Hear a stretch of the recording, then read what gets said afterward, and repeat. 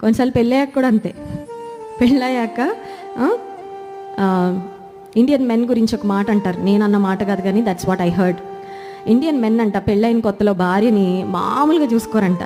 కొద్ది కాలం అయ్యాక taken for, ఆవిడ చెప్తున్నా పట్టించుకోరు, ఆవిడ ఏమన్నా అడుగుతున్నా. That's not my opinion but somebody said.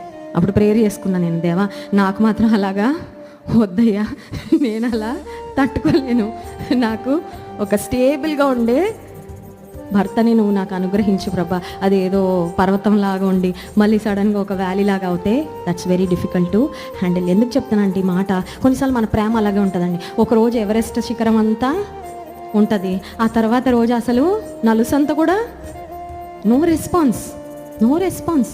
అదేంటి, ఇంత ప్రేమ పొందిన వ్యక్తి నుంచేనా ఇప్పుడు ఇలా ఇంత నిర్లిప్త ధోరణి? నీ జీవితంలో దేవుడు ఏదైనా ద్వారాన్ని మూసాడా?